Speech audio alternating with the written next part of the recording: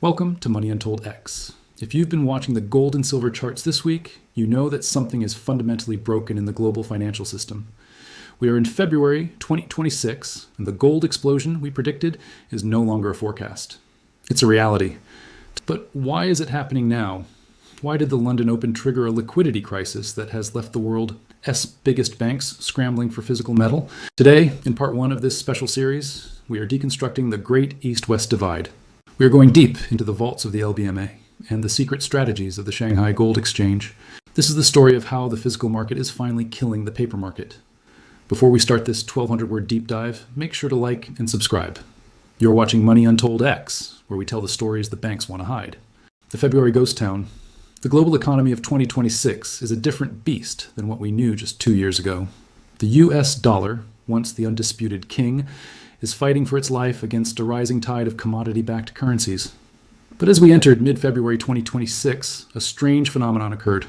The gold market, which had been hitting new all-time highs of $5,500 an ounce, suddenly went quiet. To the casual observer, it looked like the rally was over. The mainstream news outlets were quick to claim that gold has peaked, and investors are returning to the S&P 500. But at Money Untold X, we looked at the calendar. From February 16th to February 24th, 2026, China entered the Lunar New Year, the LBMA's dangerous game. With China dark for the week, the balance of power shifted back to the West, specifically to London. The LBMA, London Bullion Market Association, is the heart of the paper gold world. For every 1 ounce of real gold sitting in a London vault, there are over 100 paper claims on that gold sold to investors. The bullion banks saw China's absence as an opportunity. On the Monday morning of the London Open, a massive short-selling program was initiated. The goal was simple: drive the price of gold down while the biggest physical buyer was asleep. They wanted to create a panic sell among retail investors in the US and Europe. By dropping the price artificially, these banks hoped to buy back the gold they owe at a much cheaper rate before China returned to the market. The liquidity black hole. However, the plan backfired. Something unexpected happened during today's London Open. Even with the price being pushed down, there were no sellers. In 2026, the psychology of the investor has changed. People no longer trust digital numbers on a screen. They want the weight of a gold bar in their hands. Instead of a panic sell, the LBMA encountered a liquidity black hole. The bids were there, but the physical metal was nowhere to be found.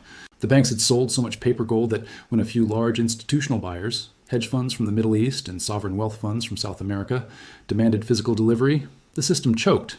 This is the London trap. The banks tried to suppress the price, but all they did was reveal that the emperor has no clothes.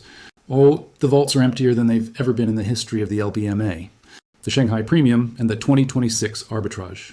To understand why this matters, you have to understand the Shanghai Premium. Like in 2026, gold in China often trades $100 to $150 higher than in London. Why? Because China deals in physical metal, while London deals in promises. This gap, the arbitrage, is the engine driving the great wealth transfer. Smart money is buying gold in London, where it's artificially cheap, and shipping it to the East, where it's valued correctly. During this February lull, we are seeing record amounts of gold leaving Western vaults. According to secret customs data, over 200 tons of gold were moved from Switzerland and London to Asia in just the first 2 weeks of February. The silence of the dragon during the new year is actually the calm before a financial tsunami. The God candle. Setup.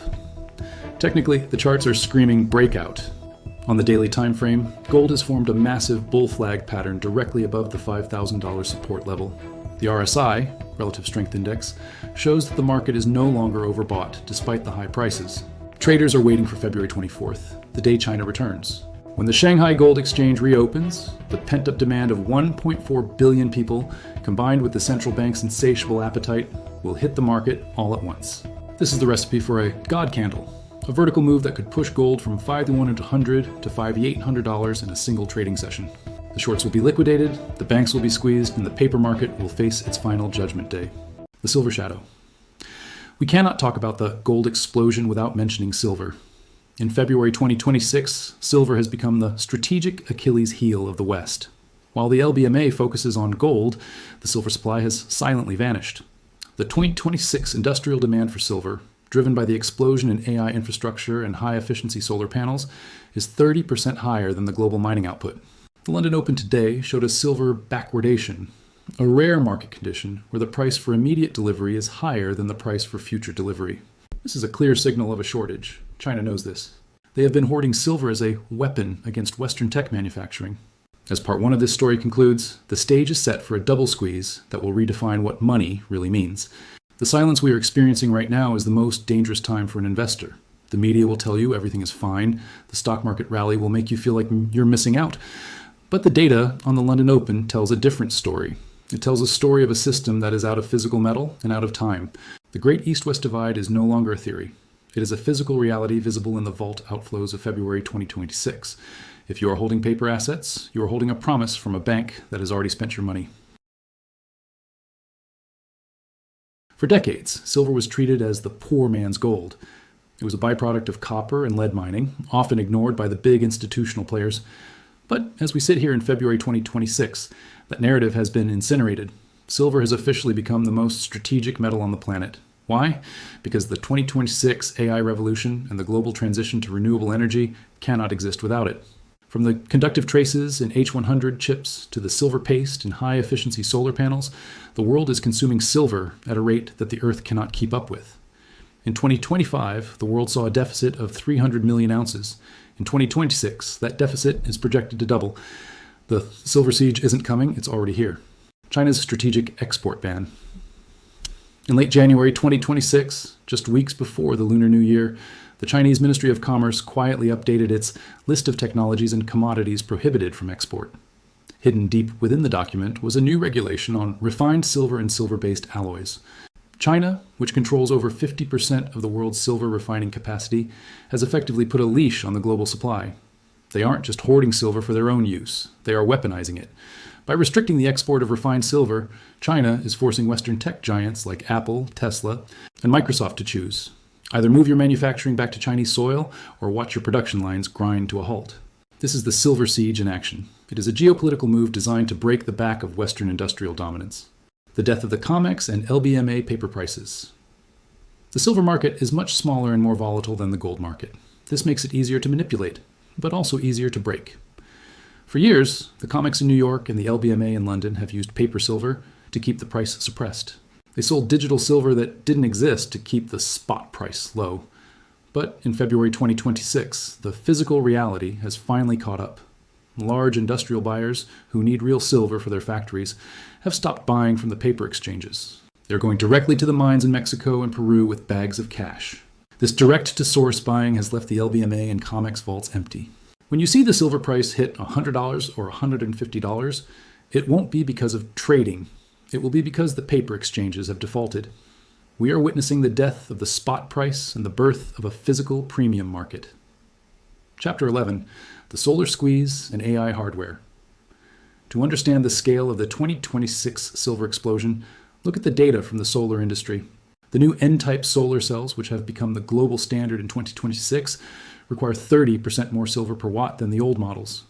At the same time, the AI hardware boom has created a massive demand for silver-based thermal pastes and connectors. The world's mines are currently producing about 820 million ounces a year, but industrial and investment demand has surged past 1.2 billion ounces. The gap is being filled by above-ground stocks. The silver sitting in private vaults and bank cellars, but those stocks are running dry.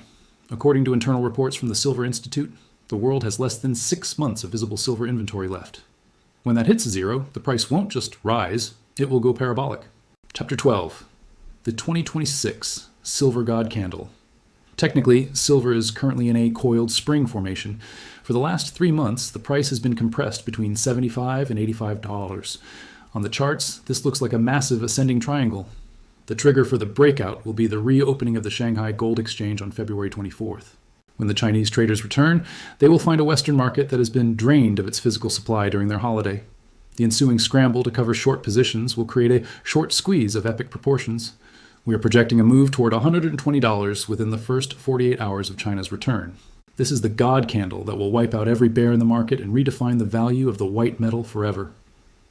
Chapter 13, the psychology of the silver trap. Why isn't the average person buying silver? Because the wealth trap is still working. The media is telling people to buy digital gold, Bitcoin, or tech stocks. They want the retail public to stay in the digital casino while the smart money and sovereign nations grab the physical assets. In 2026, silver is the ultimate exit door. It is the only asset that is both a store of value, like gold, and an industrial essential, like oil.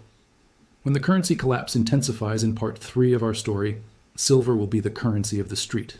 While gold will be used to settle debts between nations, silver will be used to survive in the local economy.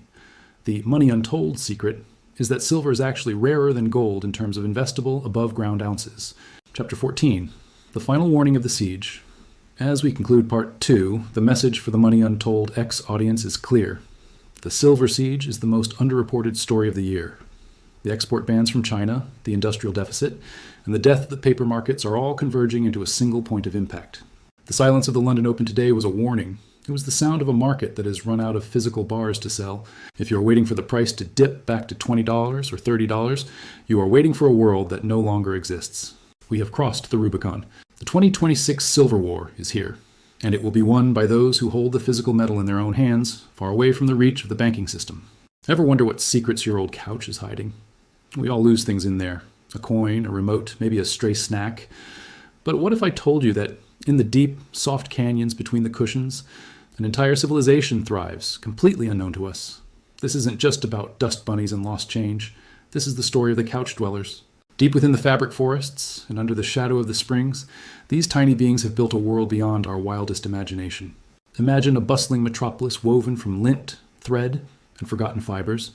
Their homes are carved into the foam, their streets are well-worn tunnels through the padding, and their grand plazas are the flattened areas where we sit every day, oblivious to the life teeming just inches beneath us. Life for a couch dweller is an adventure. Their days are spent navigating this complex miniature landscape. Their sustenance?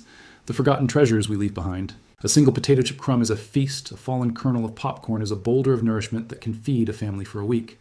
They are master foragers, gathering these precious resources to sustain their community.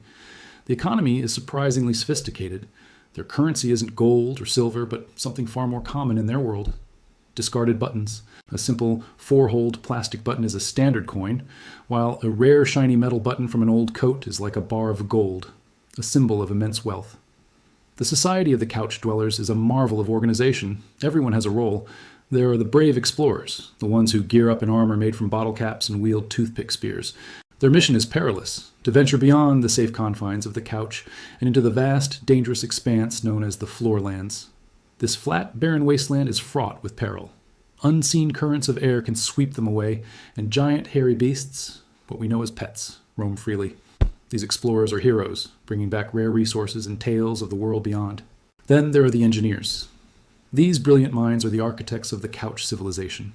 They maintain the intricate network of tunnels, reinforcing weak spots with stray hairs and ensuring the structural integrity of their lint-based infrastructure. They design and build public works, like slides made from smooth plastic wrappers and bridges woven from dental floss. Their ingenuity turns our forgotten trash into the very foundation of their society. We also have the historians and storytellers. They gather in the deepest, quietest parts of the foam, under the dim light filtering through the fabric. They chronicle the history of their people on thin slivers of paper, using ink made from spilled coffee stains. They tell stories of the Great Shake, a terrifying event when the couch is moved and the era of light, when a lost phone illuminates their world for a few precious hours. But for all their ingenuity and resilience, the couch dwellers live with one great overarching fear. It is a force of nature to them, a cataclysmic event they cannot predict or control. They call it the giant hand. Imagine, you're going about your day and suddenly the sky, the fabric ceiling above you, is ripped open. A colossal, fleshy appendage descends from the heavens, its movements causing earthquakes that ripple through your entire world. It probes, it searches, it rearranges everything.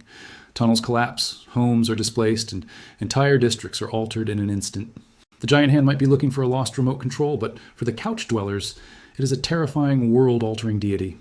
After the hand recedes, a period of rebuilding begins. The engineers get to work, the explorers scout the newly formed landscapes, and the community pulls together. They are survivors. They adapt. A new mountain range of bunched-up blankets might appear, or a vast lake might form from a spilled drink, which they must then learn to navigate.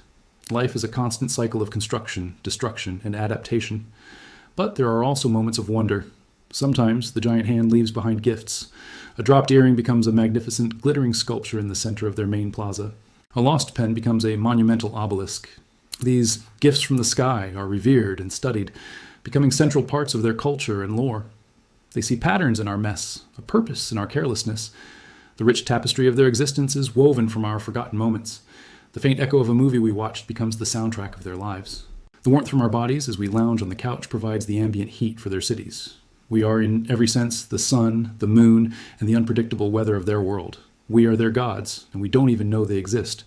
So the next time you slump onto your couch after a long day, think about the bustling world that might be stirring just beneath you. Think of the tiny explorers charting a course across the perilous floorlands, the engineers shoring up a lint wall, or the families sharing a crumb of a cookie. The greatest adventures and the most incredible civilizations might be hidden in the most ordinary places. And who knows what they think of us, the giant, clumsy beings who unknowingly shape their destiny with every move we make. The universe is full of wonders, and some of them might be right in your living room. Thanks for watching.